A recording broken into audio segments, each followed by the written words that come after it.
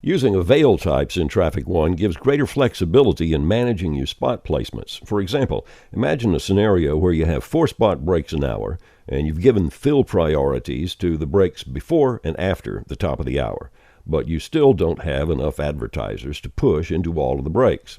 It's possible when using avail types for normal spot breaks, rather than leaving it blank, to disable a break position on an hour-by-hour basis during the scheduling run. Let me show you how.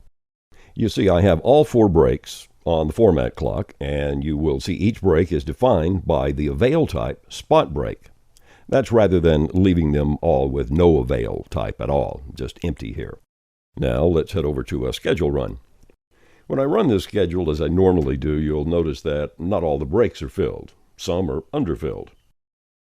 Looking at breaks by the hour, we can see here's one position that has only 1 ad placed in it. All right, I'm going to cancel this schedule without saving changes, and then I can come back into it, disable the breaks on the next scheduling run.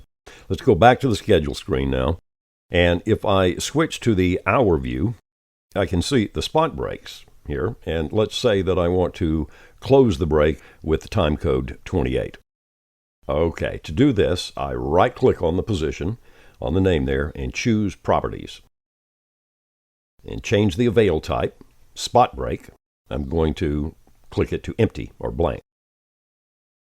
And I'll do the same each hour where I want to disable these breaks. This will change only on this scheduling run, just this scheduling run, because we've not checked copy this action to the master clocks, which we can do. If you want to make the changes permanent, then you can do that on the clock item properties and make the changes to the master format clock.